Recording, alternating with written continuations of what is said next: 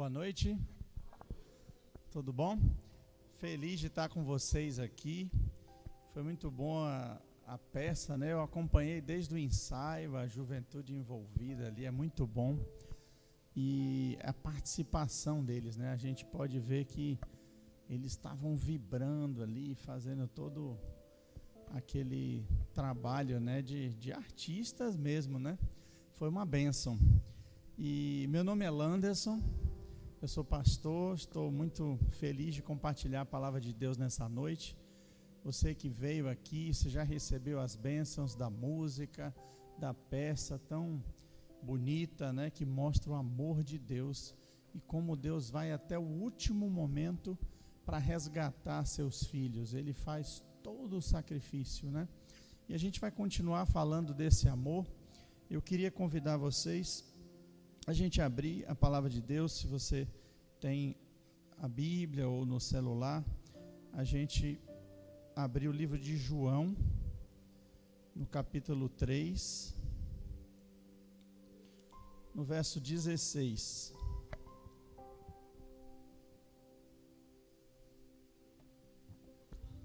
João 3, 16.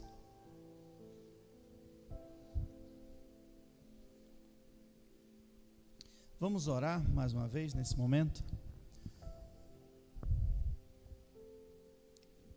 Querido Jesus, estamos com a Tua palavra aberta, Senhor. Pedimos para que o Senhor fale ao nosso coração, que o Senhor nos mostre o caminho do amor, o caminho de estarmos completos em Ti, Pai, para vivenciarmos e enfrentarmos todos os desafios dessa vida.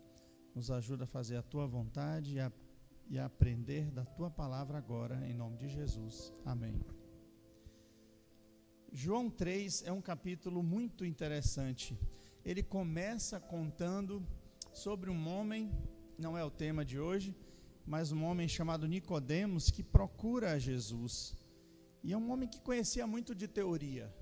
Se tem alguém que conhecia de teoria, de leis, era Nicodemos.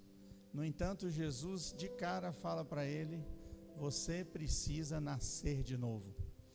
Portanto, a gente aprende, através do início do capítulo 3 de João, que não adianta saber a teoria.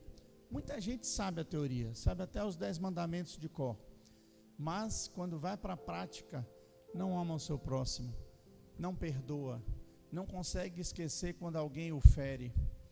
Eu tenho uma frase que eu gosto muito, que diz assim: não importa o que fizeram com você, importa o que você vai fazer com o que fizeram com você. Vixe, pastor, que confusão é essa aí? Bora voltar de novo. Não importa o que fizeram com você, porque muitas vezes as pessoas vão fazer coisas ruins. Eu tenho uma amiga que por muitos anos ela carregava uma mágoa, porque ela tinha sido abandonada com 3 anos, a mãe não quis, foi para a tia não quis, foi para outra tia, e ficou aquela confusão. Mas aquela falta de perdão fazia muito mal a ela, muito mais mal a ela do que ela imaginava. Que ela pensava assim: eu não vou perdoar, porque o que fizeram comigo não se faz. Mas mais uma vez, não é o que fizeram com você, é o que você vai fazer com aquilo que fizeram com você. Por exemplo, José. Foi justo José ser jogado dentro de um poço? Não foi justo. Depois pegaram ele do poço e venderam como escravo. Um jovem de 17 anos, vendido como escravo, apanhando, passando fome. No entanto, ele não deixou que o que fizeram com eles dominasse a sua vida, mas ele se apegou ao amor de Deus e perdoou. E a gente sabe a história: José foi um grande líder, e aqueles desafios que foram colocados na frente dele serviram para uma coisa: para ele aprender como superar, ele aprender como vencer. E aqui em João a gente vê o retrato do amor, que a gente vai ler daqui a pouco em João 3,16. A gente vive num mundo onde as pessoas usam essa palavra amor, mas na verdade o significado é outra coisa. É busca de prazer, é busca do seu próprio interesse, é busca de satisfação das suas coisas, né? E em inglês, a palavra eu é me, né? E muitas vezes a gente vê um mundo cheio de mimimi, ou seja, as pessoas só olhando para si, eu, mimimi. Eu quero, eu vou conquistar, eu vou comprar, eu vou não sei o quê, só eu. Quando na verdade a gente aprende, e através da palavra de Deus, que o amor de Deus é o contrário. Não é pensar no que você quer, mas é pensar no outro. O próprio Jesus, ele convida a gente a amar ao outro como a gente ama a si mesmo. Porque você não vai fazer mal a você mesmo. Você vai procurar sempre o que é melhor para você. João 3,16 diz: porque Deus amou o mundo de tal maneira que deu seu Filho unigênito para todo aquele que nele crê, para que todo aquele que nele crê não pereça, mas tenha a vida eterna. É interessante que quando fala Filho unigênito, Filho único, só tinha um. E a palavra em vários idiomas é sempre com esse foco, que só tinha um Filho único, unigênito, só tinha um. Mas o Pai assim mesmo abre mão do seu Filho e oferece como sacrifício por nossos pecados. Uma outra coisa interessante é que em português foi traduzido como aquele que não pereça, mas tenha a vida eterna. Na verdade, o correto seria dizer receba a vida eterna, porque quando a gente fala ter, parece que a gente tem alguma coisa, né? Tipo, eu tenho essa Bíblia aqui, eu tenho um celular, eu tenho uma roupa. A gente entende como algo que a gente tem direito, mas a salvação não é algo que eu tenho direito, porque eu fiz alguma coisa. Você não pode ter acesso à salvação porque você fez uma coisa boa hoje, ou porque você vai fazer algum sacrifício. Você recebe de graça a salvação porque Deus entregou o seu Filho como sacrifício por cada um de nós. E a gente precisa entender que, de fato, a gente precisa mais e mais entender esse amor e viver esse relacionamento com a pessoa de Jesus. Quando Jesus fez todo o sacrifício, ele não contou o que ele ia sofrer, ele não olhou para o que ele ia perder, mas ele olhou para mim e para você nesse dia. E nós não precisamos viver angustiados, nós não precisamos viver focados nos problemas, nós podemos nos apegar a Ele, nos achegar a Ele, e Ele nos ajuda a vencer cada desafio.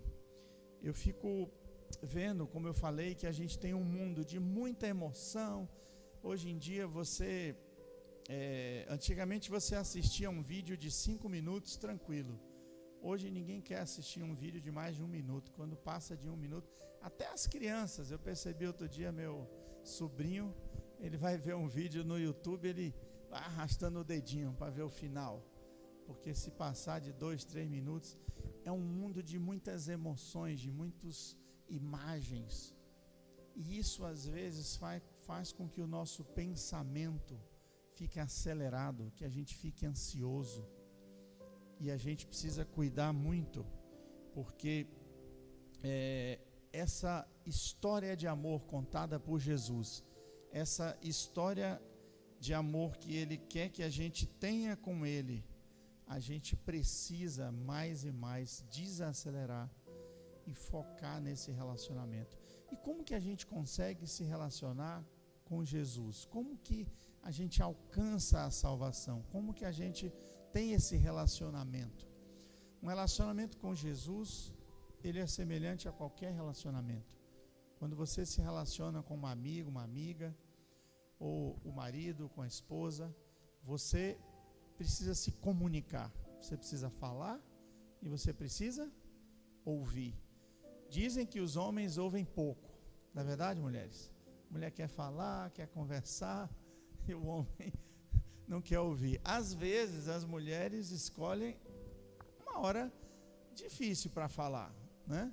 Eu, por exemplo, às vezes eu vou deitar antes, e aí minha mulher está lá resolvendo alguma coisa, eu já estou quase dormindo, ela vem com um problema desse tamanho, e eu deitado já. Não, porque tem que resolver isso ali. Ô mulher, agora não dá não. Agora a gente vai começar a resolver isso aqui, a gente não vai dormir. Mas o fato é que a gente precisa se comunicar, a gente precisa encontrar.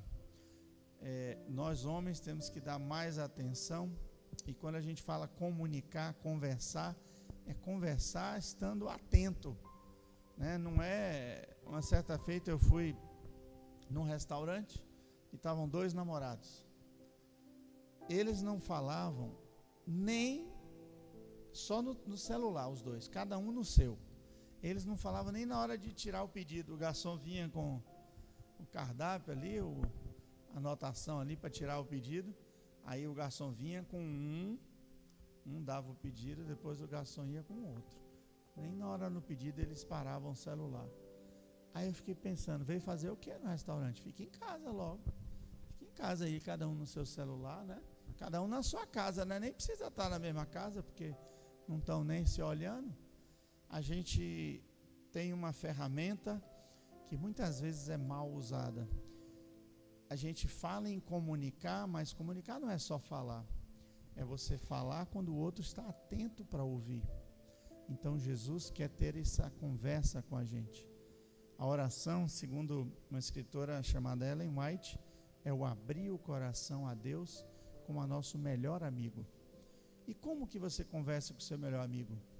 Você conversa olhando no celular? Você conversa olhando pela janela e dando as costas para o seu amigo? É assim? Não. A gente senta no sofá, a gente olha nos olhos, a gente conversa e gesticula e encosta e dá um tapinha nas costas do amigo e aperta a mão e abraça, não é assim? A gente vai interagindo, vai conversando, vai lembrando as histórias. Esses dias eu recebi um amigo que eu não encontrava há uns 12 anos, e a gente sentou, não, 12 não, uns 18 anos, e a gente sentou e aí começamos a dar risada, conversar, lembrar dos casos e tal.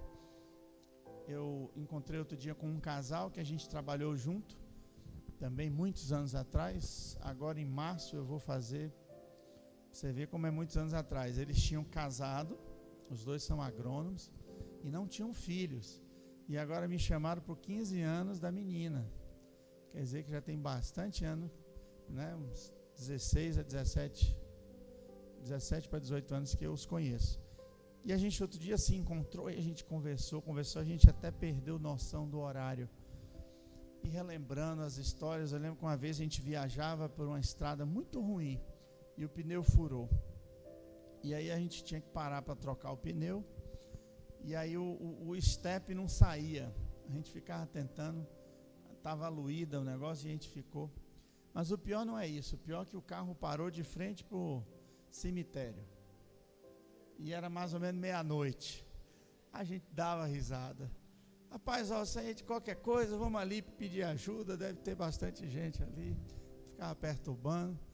E aí, ainda bem que a gente não tinha medo de alma penada, né? Porque a gente sabe que não tem alma penada por aí, quem conhece da palavra de Deus. Mas sempre tem a resenha, a brincadeira, né? Ali de frente para o cemitério, meia-noite. Lá na estrada que vai para Canudos, não sei quantos conhecem ali, de Uauá para Canudos, é uma estradinha muito ruim de chão. Mas o fato é que quando a gente tem amigos, a gente abre o coração, a gente conversa. E Jesus quer que a gente abra o coração em oração com Ele. A gente sente, inclusive, o próprio Jesus, Ele dá conselhos. Não é o tema de hoje, mas vocês conhecem o texto de Mateus, que Jesus fala que ao orar, entra no teu quarto, fecha a porta e ora ao teu Deus que te ouve. Então ali é o método de oração. O ideal é a gente orar sozinho, né? Nós ali, eu e Deus, você e Deus, etc. Existe um momento do culto familiar, existe, é importante, mas ali você vai abrir o coração. Eu, por exemplo, gosto de sentar no sofá, deixo o cantinho de Jesus e falo em voz audível. porque dessa forma eu me concentro mais. Você não vai vaguear em outro pensamento, porque às vezes você está aqui, mas a sua mente está preocupada com o que você vai fazer amanhã. Os estudiosos de Harvard, que é uma grande universidade americana, chegaram à conclusão que, em geral, o ser humano se preocupa 75% com o passado, 20% com o futuro e apenas 5% com o presente. Eu pergunto, será que a gente, botando 95% entre ontem, passado e futuro, deixando só 5%, a gente vai conseguir fazer bem as coisas que a gente tem que fazer? Só 5% da atenção. Quem trabalha, por exemplo, com equipamento que tem risco, tipo uma furadeira, uma máquina, sempre precisa estar como? Concentrado ali no que está fazendo. O cara que está com uma máquina dessa, ele não pode estar no celular aqui, furando, sem olhar o que ele está fazendo. Por quê? Ele pode se acidentar gravemente, Ele tem que se concentrar. E nós também precisamos pedir a ajuda do Papai do Céu, para que a gente não fique olhando para o passado, nem para o futuro demais. Tem um outro pensamento que eu gosto de Ellen White, que diz: nada temos a temer quanto ao futuro, a não ser que nos esqueçamos da maneira como Deus nos guiou no passado. Então, a gente precisa olhar para trás como referência de quem a gente foi.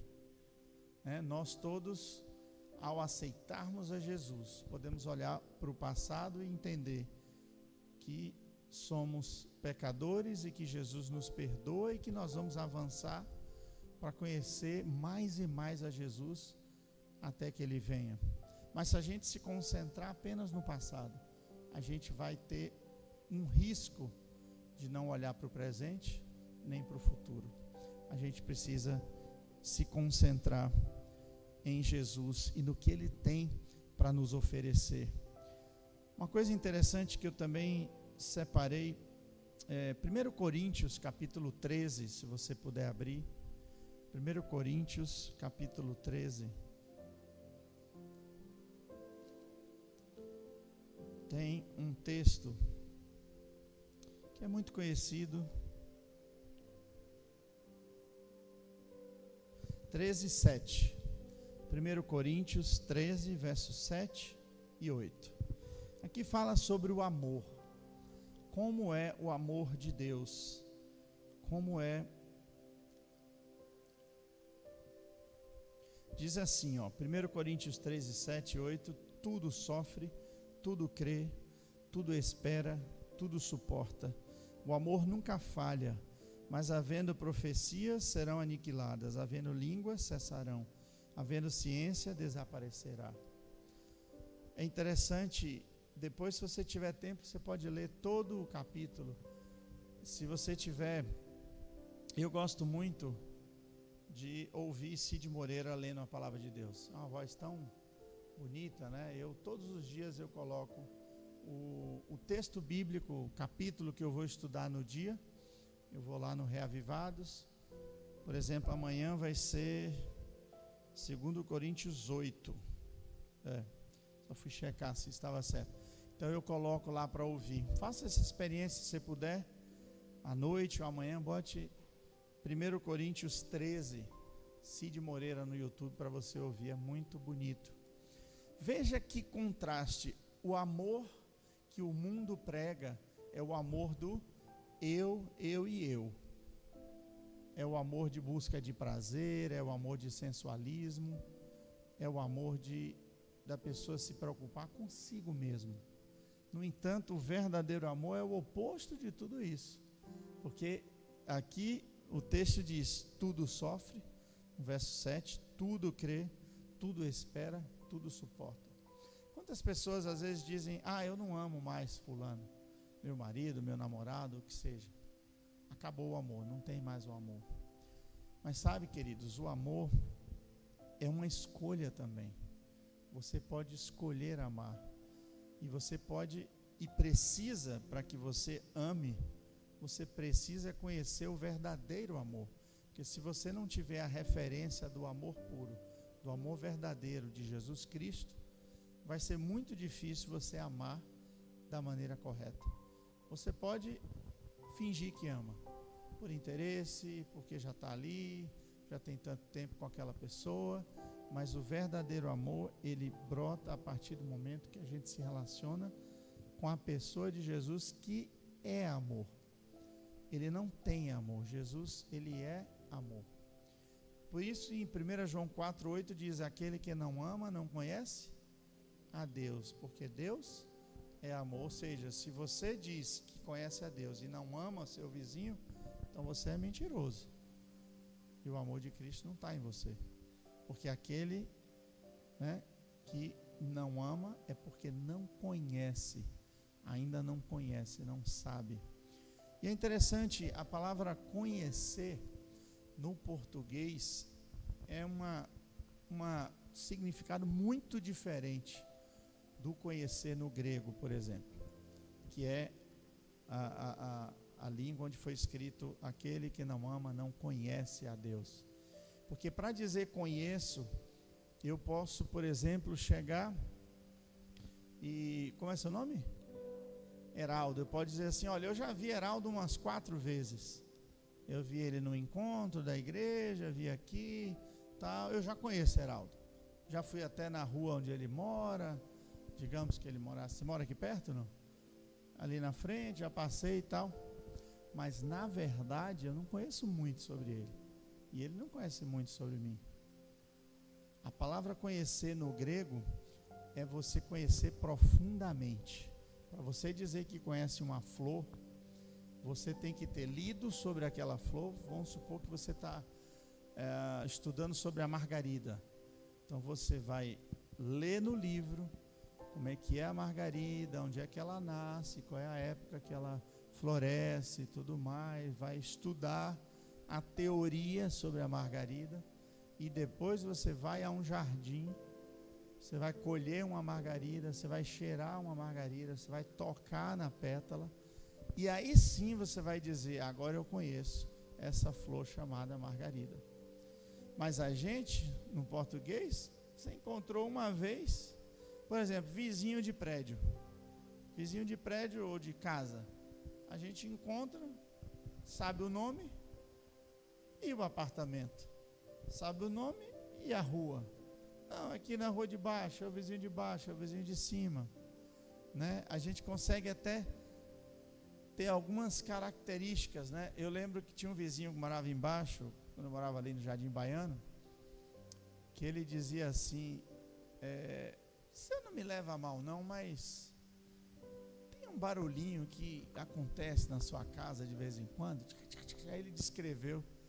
Falei: é o cachorro andando na laje, encostando a unha no piso, faz um barulho invocado embaixo.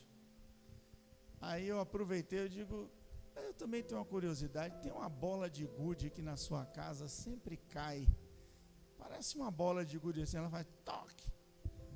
Aí ele falou: não, é um negócio ali que estava mexendo no coisa, mas todo dia cai. É um negócio incrível, todo dia cai. Aí eu pergunto: eu saber que cai um agude na casa dele, ou ele saber que o cachorro meu está fazendo barulho, isso é me conhecer? Não. Sabendo alguma coisa ali da minha vida, que eu tenho um cachorro, ou que ele derruba um agude do lado do coisa todo dia, mas isso não é conhecer. A gente precisa conhecer profundamente a Jesus, e é assim que ele nos convida para que a gente possa conhecer. Eu queria conversar com vocês também sobre o perdão que eu mencionei. No livro de Efésios, se você puder abrir Efésios, no capítulo 4, verso 31. Livro de Efésios 4, 31. Aí você pode abrir aí para acompanhar.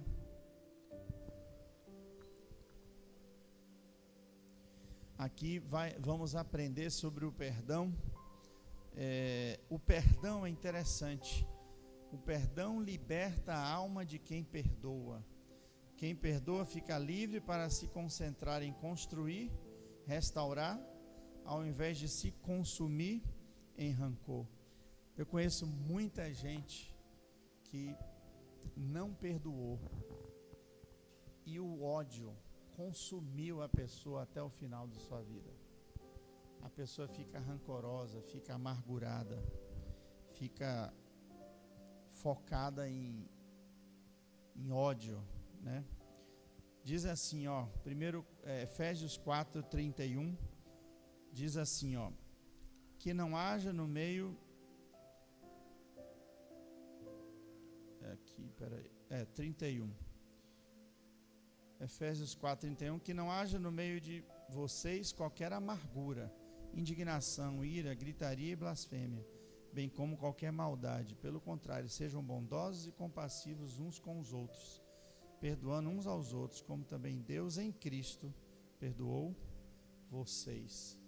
Livrem-se de toda amargura. Mas como é que a gente consegue fazer isso? Porque você não conhece o que fulano fez comigo. Você não sabe o que foi que aconteceu. Essa semana eu soube de um caso de uma irmã que abriu uma empresa, né, junto ali com seu esposo e a irmã. Então, eram duas irmãs e o cunhado, né? E aí o cunhado foi e passou tudo pro nome dele. Deu o famoso golpe e deixou a outra no zero. Passou o nome da empresa, a propaganda, tudo, o Instagram, o dinheiro, limpou a conta, como diz o outro. E aí, como é que você perdoa uma pessoa que fez isso? Que te deixa na lona? Como é que você perdoa? Humanamente não tem perdão. Humanamente você vai se consumir. Só que é interessante, o ódio é um veneno que você prepara para o outro, mas você toma um gole todo dia, esperando que o outro morra. Só que quem está tomando veneno é você, e quem vai se consumir é você. Por isso aqui Jesus nos convida a nos livrarmos de toda a amargura, a gente se livrar.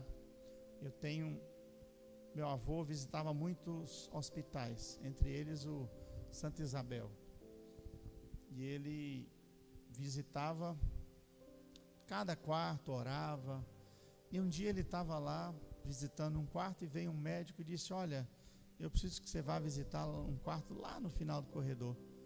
Você está ouvindo essa gritaria? Ele falou: estou. Pois é, vai lá rapidinho, porque o cara não para de gritar. E aí contaram mais ou menos o caso para o meu avô. Um senhor ia dirigindo o seu carro no interior, na roça, à noite.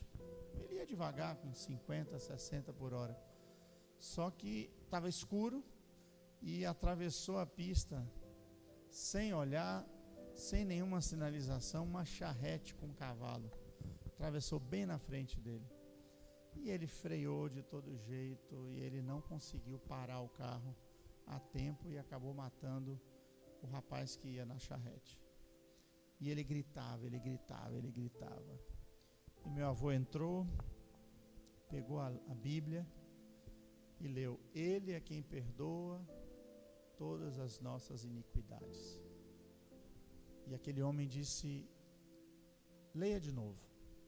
E meu avô leu: Ele é quem perdoa todas as nossas iniquidades. E aí: é verdade? É verdade.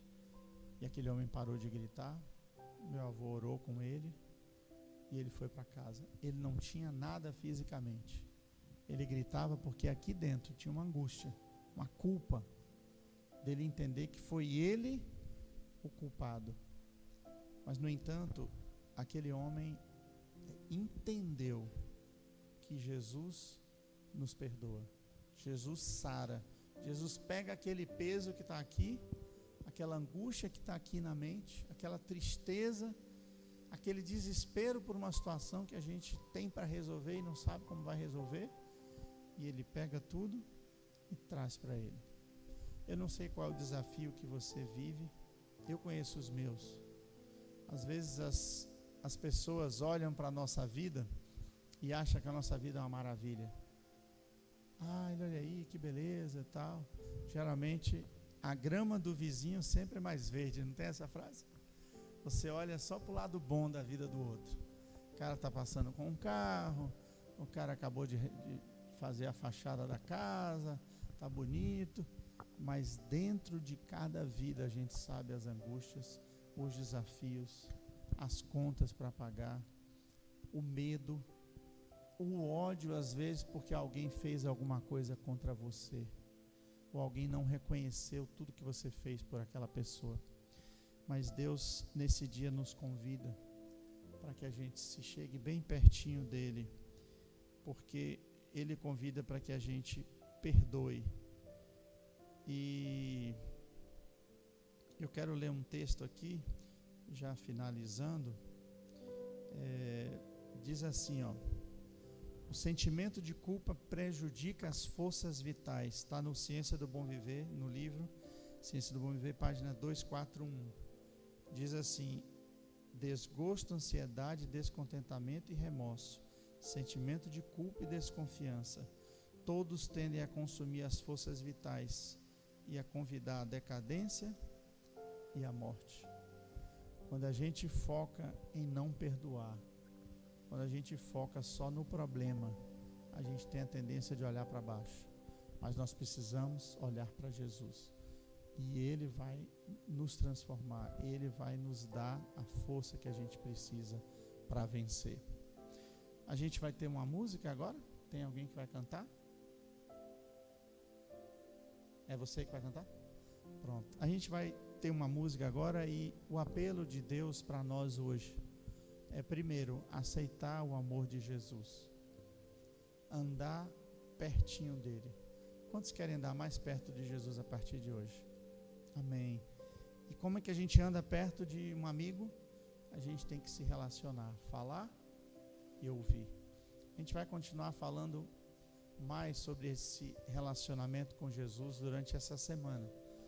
Amanhã nós temos um tema muito importante, não perca, e a gente vai ter a música especial agora, e ao final da música, se você tem esse desejo de se aproximar mais de Jesus, você pode ficar de pé e a gente vai fazer uma oração juntos aqui.